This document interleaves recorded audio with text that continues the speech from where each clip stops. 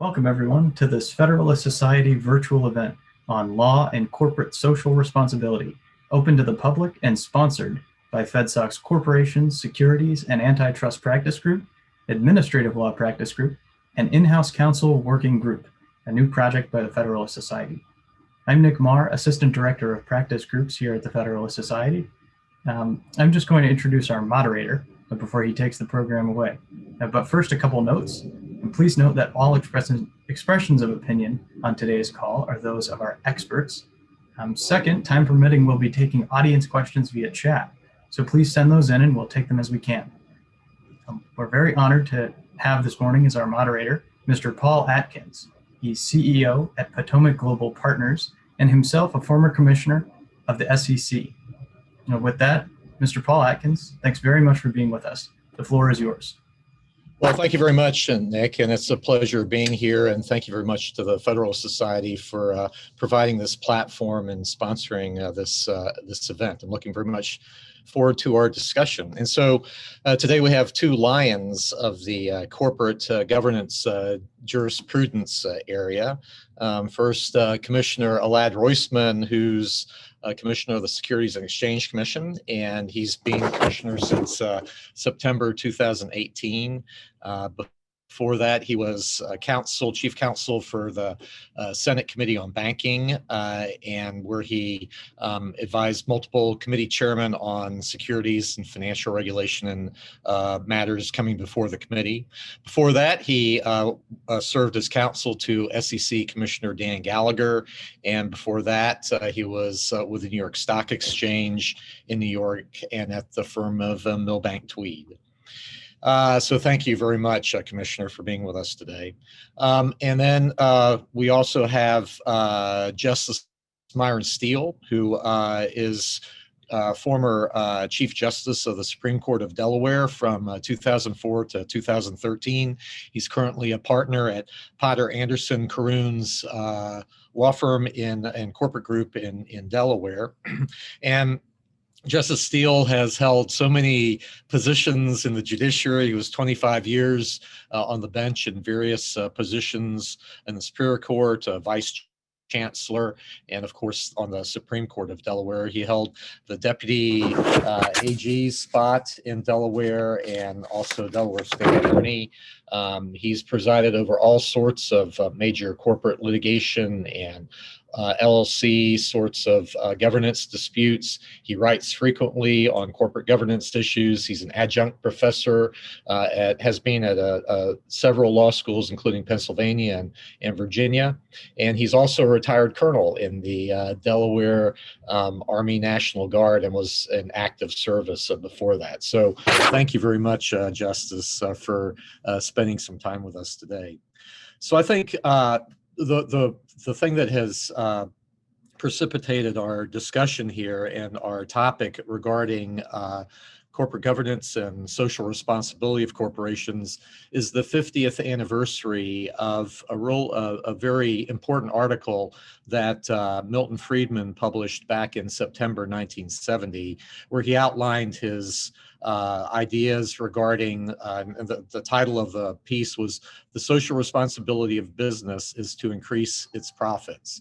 And back in those days was the start of corporate social responsibility, CSR, which we've seen now 50 years later, still very active. It's kind of transformed and even in nomenclature, and we call it now environmental, social, and governance issues for corporations, and including some folks who call it stakeholder governance rather than shareholder governance. But Milton Friedman was truly the happy warrior, and there is no better ambassador of free markets and free enterprise than Milton was. He always had a smile on his face and always a funny quip to make his points. And so for those of you who are listening and if you've never seen him do his discussion with Phil Donahue, who was a talk show host back in the 70s and 80s. That is one that you should look up on YouTube or elsewhere. But Milton just had very superb responses and deflections of Phil Donahue's loaded, one-sided questions that left the always loquacious Phil Donahue completely speechless. So that is something to watch, and I really commend it to your time. So let's dive into some of the topics that we have today, because we don't have that much time. And so I thought maybe to try to lay the groundwork, maybe we should start with Justice Steele and just talk a little bit about the aspect of Delaware law with respect to fiduciary duty of a corporation and of directors, because the discussion between maximization of shareholder value that Milton was expounding versus some of the folks who say, no, that is not right, that we should have more of a stakeholder capitalism sort of approach. Where does that fall in Delaware jurisprudence, and how do the courts in Delaware look at such a question? Oh, you're on mute, Justice. Now, maybe unmuted, there'll be more substance. There was a time when I could tell you exactly where I thought the Delaware courts were going with some confidence, because I had a role in the outcome. Nevertheless, I think Delaware's built a foundation over the years of predictability, consistency, and clarity that allows me to suggest where Delaware would come out in any debate concerning the concept of either stakeholder governance or ESG, or whether they are conflated in some way. People should think two things. First, 51% of the publicly traded corporations in the United States are chartered in Delaware, and 67% of the Fortune 500. That means Delaware has a role of some significance. I would urge people not to conflate stakeholder governance with ESG. Delaware's law and its framework and policy that underlies that framework is a non-prescriptive, enabling general corporation law with fiduciary duty overlay with standards of review that examine fiduciaries' conduct. Delaware cases, and I think Delaware policy, will still reflect something that's very important, and that's that fiduciary duties are owed to the corporation and the stockholders.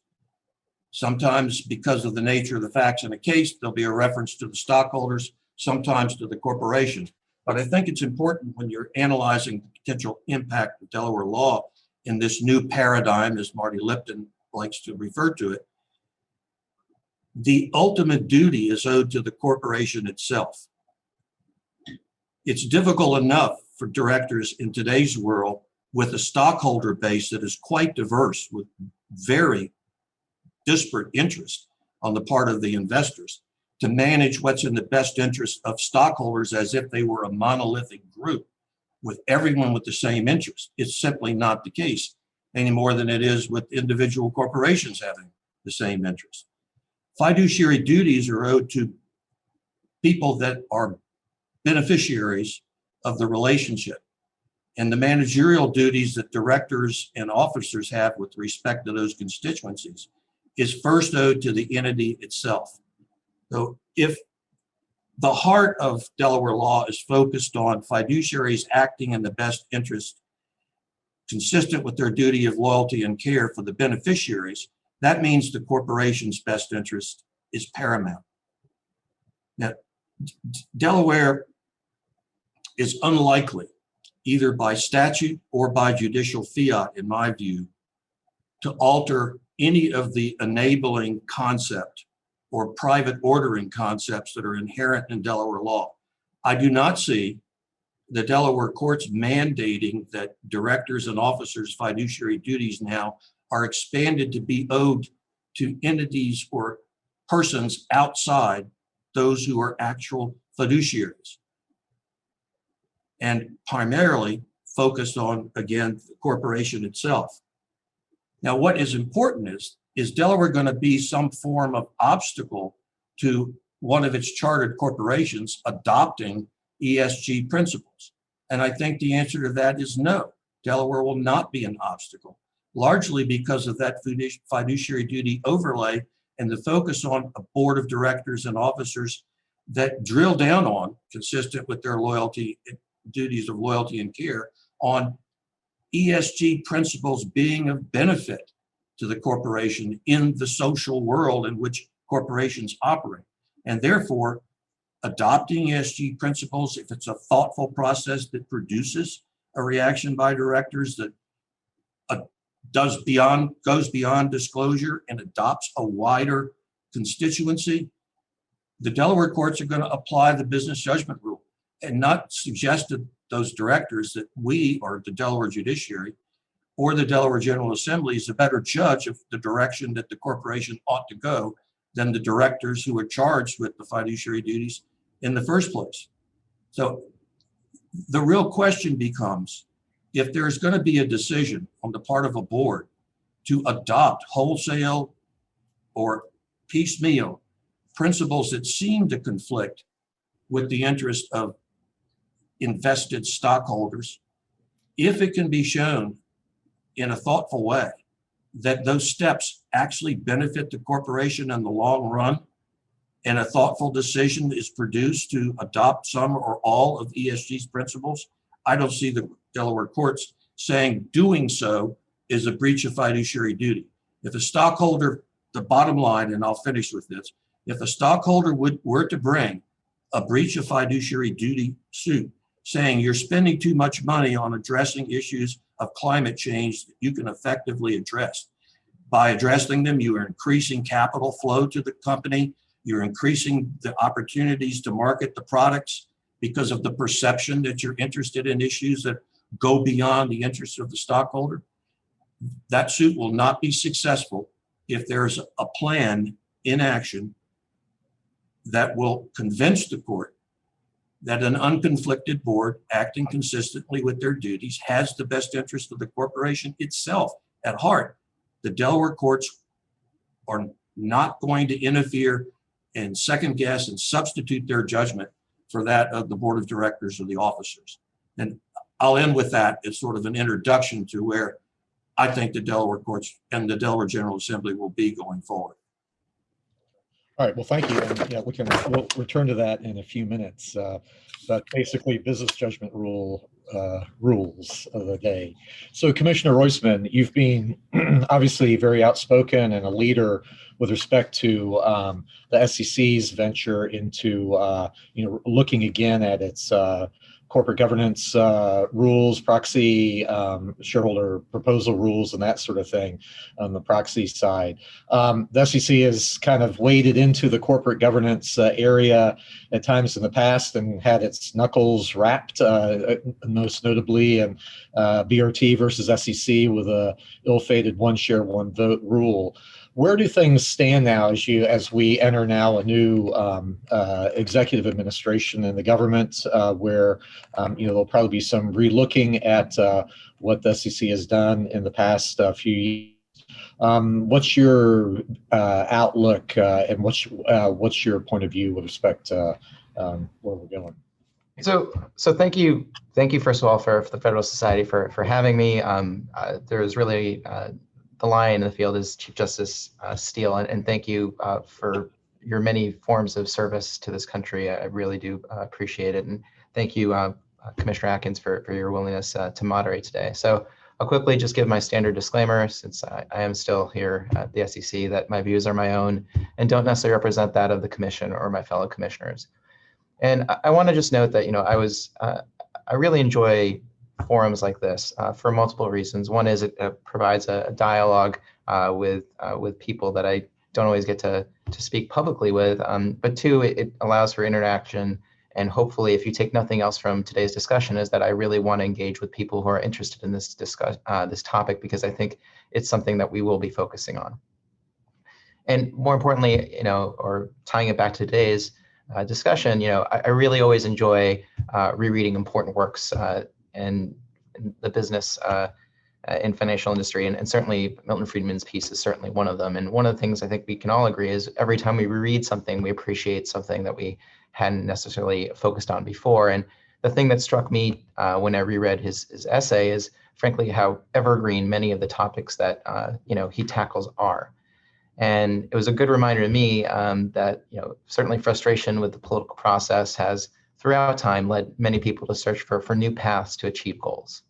And citizens, politicians, businesses have long pursued various avenues to further their particular ideas of what would improve society, resulting, I'd say, in occasional disagreements and discussions about their perspective and proper roles in furthering society.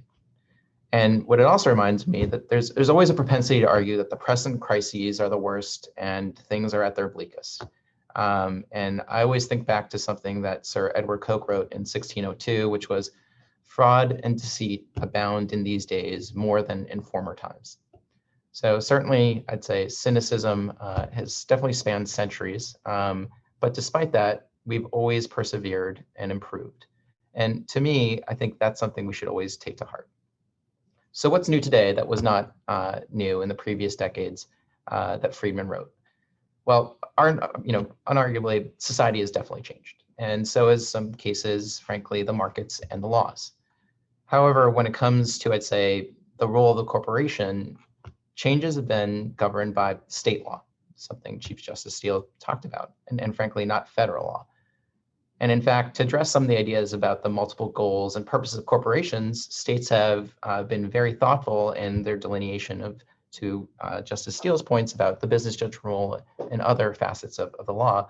But they've also expanded the scope of types of corporations. And I often think about beneficial corporations and B Corps.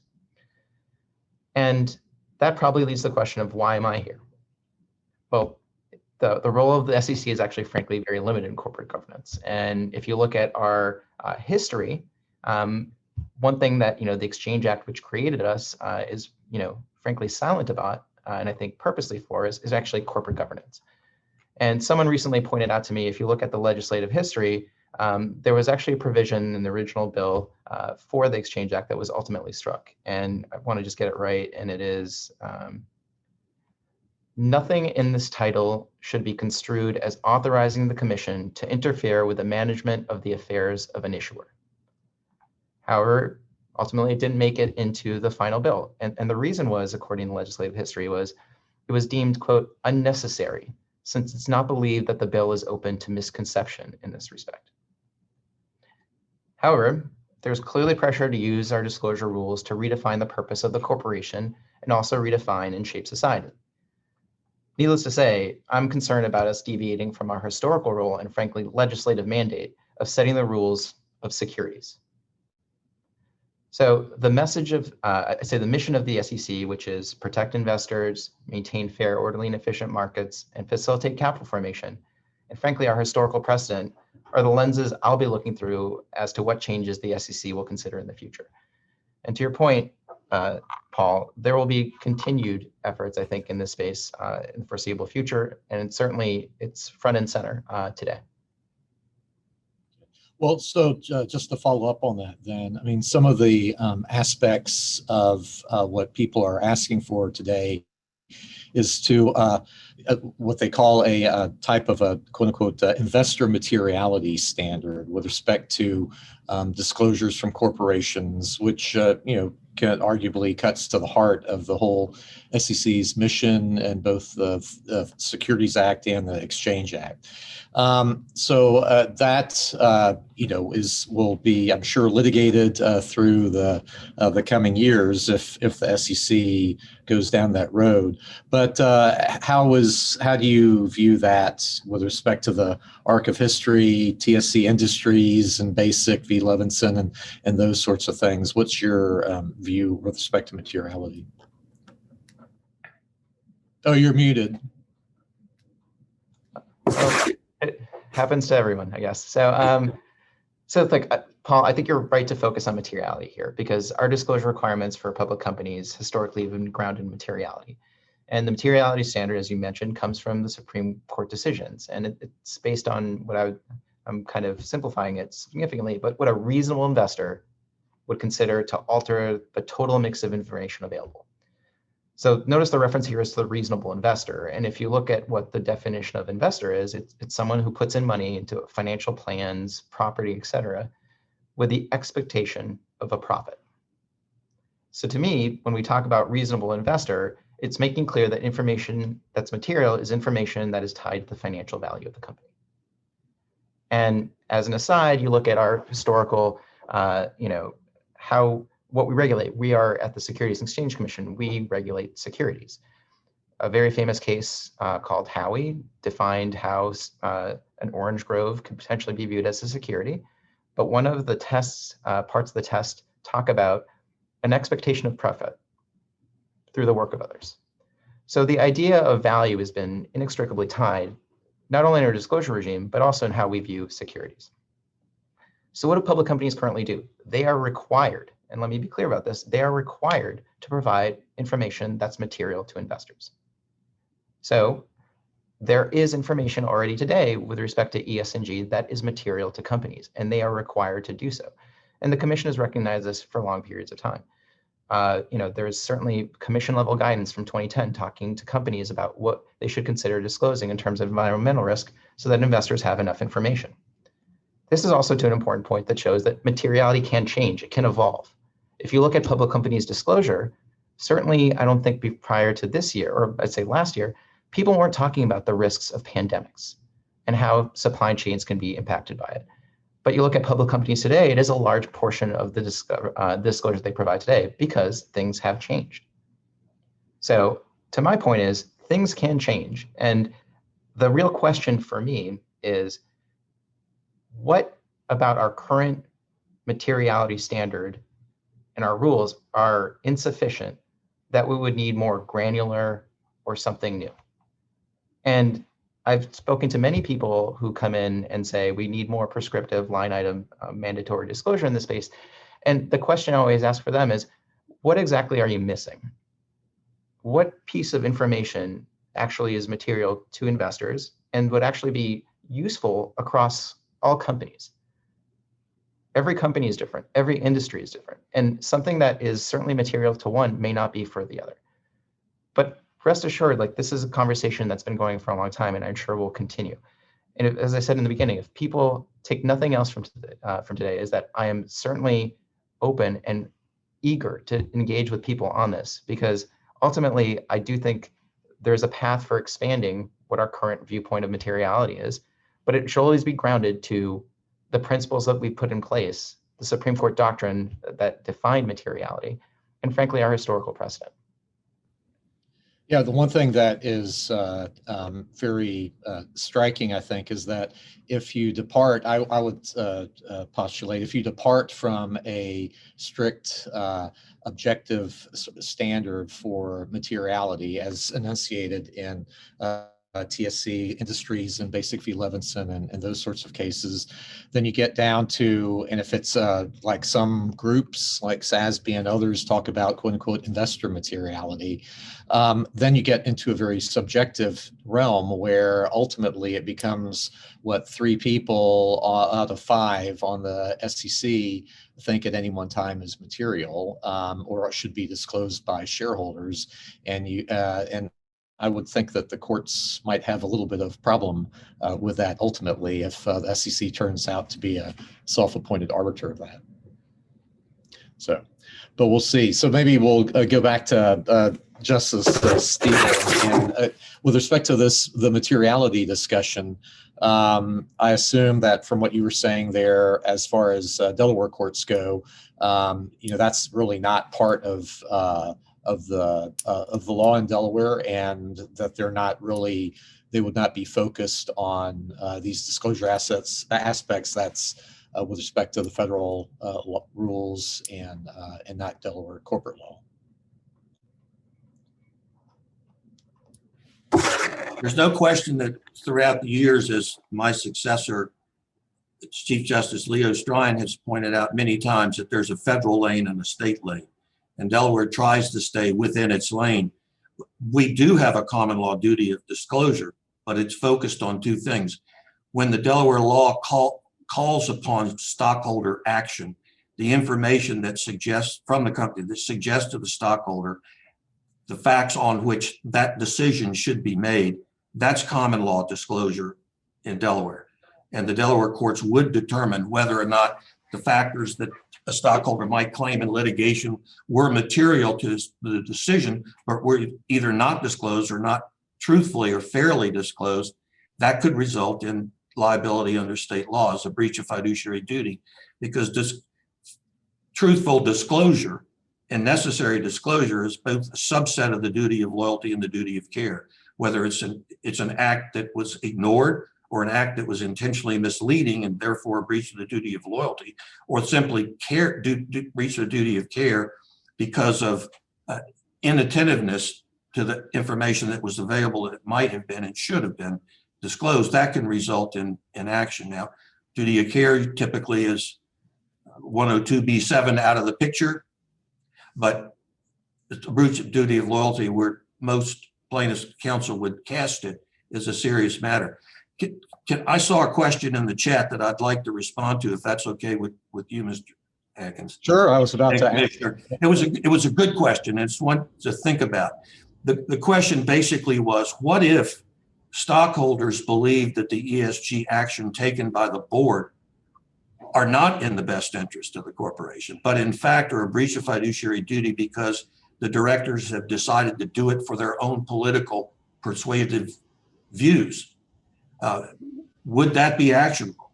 And my response to that is, how is that any different than having a stockholder base that consists of ma and pa kettle retail stockholder purchasers and investors, private equity investors, hedge fund investors, Vanguard investors having a different interest in the outcome than other stakeholders?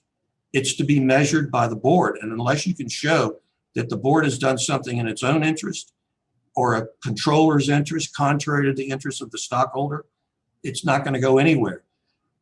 Think back, if the questioner is old enough to remember, think back to investments in South Africa during apartheid. That was a political issue, and there were companies that made the decision to divest and companies that made a decision not to divest. But the decisions were made, at least at the time, in the best interest of the corporation as the directors saw it. They didn't have a personal interest in the outcome. They investigated and they made that decision. You can quarrel over it. And you have the ultimate freedom of having invested in a Republican governance form. That's a little R, by the way. I want to emphasize that. That increasingly becomes the case.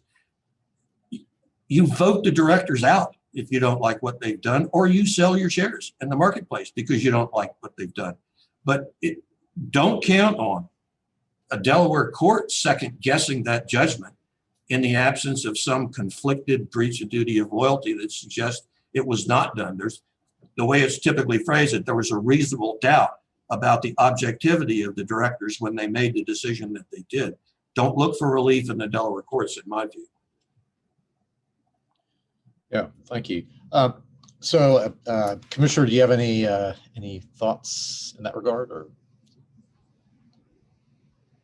you're on mute also. All right. I mean, far from me to stray into the lane of, I think, state law. I think Justice Steele's analysis is the right one. I think, but it also raises just a broader issue, which I think is important to think about going forward. And the one thing I think that's really been exciting about Milton Friedman's piece is that it has engaged so many people, and there's a lot of literature, and there's a lot of really incredibly smart and thoughtful people who've commented on it, and especially I'd say over the last year.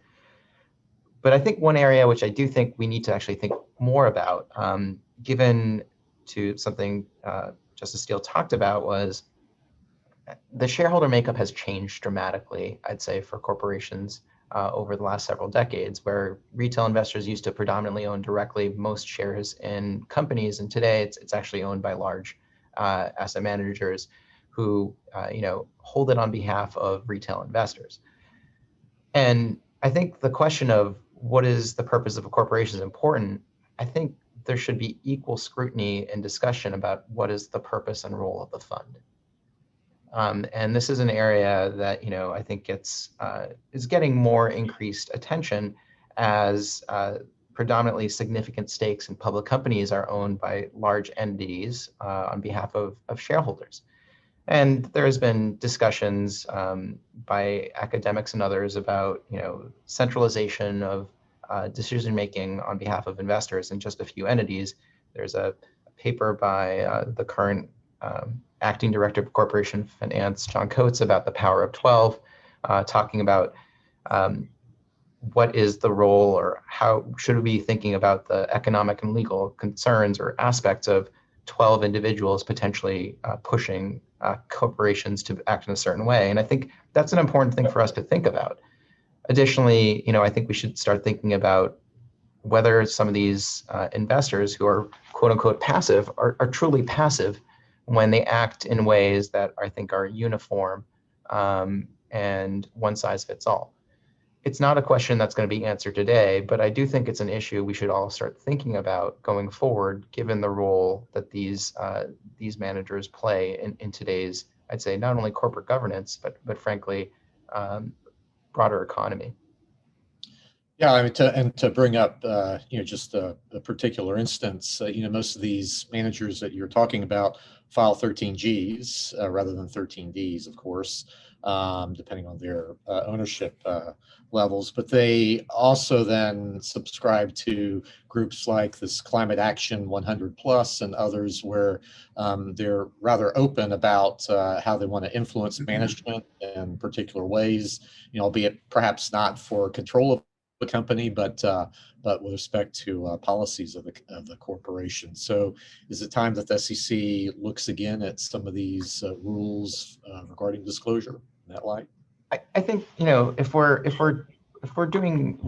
looking at disclosure and all for public companies, I also think we should always look at disclosure for all our regulated entities to make sure that the rules still make sense in today's place. And I think there's a real question where some of our rules and regulations were predicated on a market that is just different than it is today. And so should we be considering some of these other things when we require certain disclosure? And again, it's important to note that we are not merit regulators here. The states can decide what's a good or a bad corporation. I am thoroughly involved in bureaucracy of setting processes and disclosure. I don't want to ultimately effectuate society in a way other than to provide material information for people, or I'd say enforce laws and bring people to justice who violate those rules and laws. So I don't want to put my thumb on the scale in that respect, but I do think if people are asking about disclosure, I think we should probably think about it with respect to certainly a large aspect of the marketplace. Good, thank you. Let's turn briefly to shareholder proposals. And Justice Steele, back when I was a commissioner, the SEC entered into an agreement with Delaware, and there was even a statute that was passed by the legislature to enable questions to be certified by the SEC to the Supreme Court of Delaware regarding corporate governance. And we at least put one, I remember, to you all at the time. Has that been used since? And is it, do you think it's would be with all of these questions circulating around, do you think that the Delaware Supreme Court is still open to being a source of information for the SEC and that sort of thing? Yeah. Yes, I think it's the answer to that. In fact, the legislature has decided that the court should be. And in my history, now 51 years of practicing in Delaware, the Delaware courts don't view themselves as social policy managers. They get their direction on social policy from the Constitution of the state and the state legislative acts.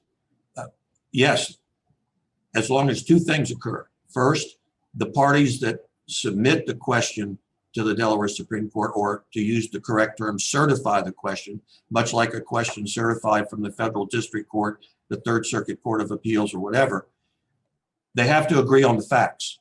The court's not going to get involved if there's a substantial difference on the underlying fact situation. And secondly, if it's solely a question of Delaware law, I think the Delaware Supreme Court would take the certification if the SEC requested it. I don't think there's a doubt about that. After all, that the Supreme Court's job is to clarify Delaware law. And if we can do it for the high court of the other states, for the federal court system and bankruptcy court as well, why not the SEC? It's very important to us because of our interplay, staying in our own lane at all times with the SEC. Well, and the reason why I bring that up is, Commissioner, obviously some of the discussion now is to look again at 14A8 and some of the things that were done, in the last couple of years. And so as far as, if some new proposals ever come up with respect to, that crepes upon organic corporate law of Delaware or other states, that might be an interesting thing to have questions certified over. But going with respect to 14A8, obviously that the process has been weaponized by what I like to call politicized investors. Do you think that the rules that you all adopted are sufficient to protect shareholders overall from, the squeaky wheels, the ones who are not necessarily representative of all the shareholders, where their proposals get voted down year after year? So thanks for that, and I appreciate following Justice Steele's discussion of this. So I'd say, for those less familiar, Rule 14.8 governs the process for a shareholder to have a proposal included in a company's proxy statement for consideration. As I talked before, we don't decide the merits of whether a shareholder proposal is a good idea or not. That's up to the other shareholders to do. But what we do is, if people want to submit a shareholder proposal in a company's proxy and ultimately have other shareholders pay for it, we require certain thresholds of ownership and I'd say levels of interest by other shareholders if you want to resubmit them for inclusion in the company's proxy statement. And this is a rule that has been around for decades and consistently been reviewed and tweaked to, I think, reduce the potential for abuse and in some cases abuse. And the rule ultimately is very beneficial for certainly the shareholder proponent. They have the ability to engage with companies, management, directors. That's important, other shareholders. And it's something, frankly, I think uniquely American and fantastic, because nowhere else in our other regimes do we have that ability. But I want to be clear, in my views, the rule was never intended to empower a few shareholders to repeatedly impose direct and indirect costs for pursuing a proposal that ultimately garners very little support. Frankly, costs that are borne by all shareholders. And what we did recently is we've made some, I would say, incredibly modest changes to the thresholds.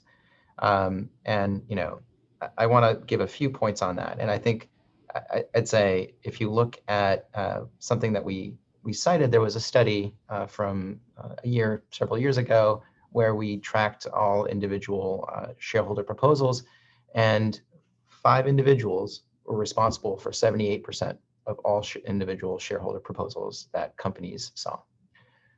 And I certainly believe that here everyone has a right to their soapbox in America, but the key piece is you're not entitled for other people to pay for it. And so what we tried to do is we tried to align the long-term interests of the shareholders with those who are the proponents. And the threshold for being able to submit a shareholder proposal is actually, I think, objectively low. Prior to our changes, it required that someone own $2,000 worth of stock in a company for 1 year. And to further align, I'd say, the long-term interest, one of the changes we made was saying you have to hold it for 3 years, showing, I think, a longer-term interest in a company and not just an interest in providing a proposal to a company based on what arguably would be a very short-term investment horizon. We made other changes to this, including providing for people who want to hold it for 1 year, they just have to own a little bit more, and same for 2 years. But all of these changes were predicated on the idea that we want to ensure that the system isn't creating perverse incentives for some, and ultimately causing a cost of both expense of money and time, not only for boards, management, but really ultimately other investors. I'm hopeful that we let these changes take effect. People will see if there's actually an impact or not. because a lot of work went into this, a lot of study, a lot of effort, and a lot of expertise. Well, speaking of a few people trying to drive the train there for everyone else, we're seeing that arguably with respect to some of the requests for more ESG disclosure, especially on the environmental side, where a lot of what people are asking for is speculative disclosures by companies based on all sorts of assumptions and scenario modeling and that sort of thing. Arguably, if the SEC were to require some of this, it could maybe fall under forward-looking statements language from the PSLRA, but arguably not as well. And so companies obviously and shareholders too, I would think, would be very concerned about the potential liability and of people pursuing that. You think that the current rules are sufficient to cover what some of these demands might be, or do you think that Congress would have to, or SEC would have to look at that? So look, I think I come back to, I've always believed that our rules have this concept of materiality, and public issuers are already required to provide information that's material. So will we need additional, is there a need for additional line item prescriptive disclosure on some of these things? I think the question is, what are people looking for? And I don't think that there's a universal consensus. And I think the problem, it's too easy to basically make this not only a partisan issue, but a personal issue, where if you're on one side of ESG disclosure, that either means you're a cave person, or that you're an enlightened person, or one's on the side of right and one side is the wrong. It has nothing to do with actual discussion or debate. It actually cheapens it and makes it, frankly, less fruitful. I think the question we ultimately have to have is, are companies providing material information to investors that they need for investment decisions? And to your point about, some of these line item disclosures that people are considering, I think when I talk to investors and companies, there's still a lot of trepidation about, putting things in their SEC filings because they're unsure of the granularity that people are, that they want to provide. And two, it's still a nascent field. I think businesses are constantly trying to figure out what's best for themselves and their long-term holders. And there's been various, I think, benchmarks that have been put in front of them. Is it carbon neutral 2050? Is it 2035? Is it 1.5 degrees? Is it 2.5 degrees? Is it the Paris Climate Accord? I mean, our electric vehicle is going to be completely electric by 2035. There's no necessarily moving consensus, and that's because things are still being worked out.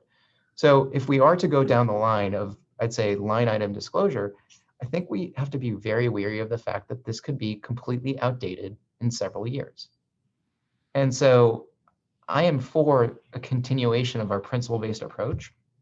If we want to provide guidance, what we hear and think is material, then I think let's have that discussion and actually kind of go down to that level of what actually people are looking for that influences their asset allocation and voting decisions. So I think, a conversation needs to be had, will be had, but I certainly don't feel like it's dispositively decided now. And I certainly don't feel like anyone has made the case to me that one set of required disclosure that needs to be in place for all companies, and it makes sense for all investors. Again, I'm very open to that conversation. In fact, if anyone on this call or others has an idea what that is, please, I implore you, please meet with me. I'd love to hear it, and frankly, the staff as well. Good. Well, thank you. We're about at time, but let me pose one last question to Justice Steele. The Delaware law now provides for a public benefit corporation. And could that be, if you peer into your crystal ball, do you think that that might well be an answer to some of the people who are advocating, for a company to have one particular goal versus others who feel strongly that they want to have provision for their retirement and old age and good dividends and all of that? Yeah, with a former commissioner and a current commissioner here, I have to be perfectly candid. when I answered that. And I thought that's what public benefit corporations were all about in the first place. Much like an LLC to a corporation, an alternative entity to do it the way you want to do it under circumstances that attract you, that you think are going to be successful without imposing your will on others in another arena. So I thought that's what public benefit corporations were about. Delaware was very quick to adopt them, really under leadership of Rick Alexander, Delaware lawyer, and it's a popular method that is an alternative and ought to be explored by those who want to impose their worldview on others. Right. So, we're at time here, and we could go on for a lot longer. There are lots of very good questions that have been posed by the audience, and but I want to be mindful of everybody's time. But so maybe we can continue this. We can ask the Federalist Society to. Maybe we can do an encore performance, Nick. Maybe if you don't mind. But anyway, I want to be mindful of everybody's time, and thank you all very much for gathering today, and very much appreciate Commissioner Roisman and Justice Steele for your time and thoughts today. Thanks, Mr. Adkins. I'll just offer Thank you, everyone on behalf of the Federalist Society for joining in today's discussion, and to our audience for calling in all your great questions. We'll look into doing a second one of these, and thank you all very much. Just a reminder to our audience, be checking your emails on our website for announcements about upcoming events, and we welcome your feedback by email at info@fed-soc.org. And with that, thank you all again for joining us. We are adjourned. Thank you. Pleasure meeting you, Commissioner. Pleasure was mine. Thank you very much. Thank you all.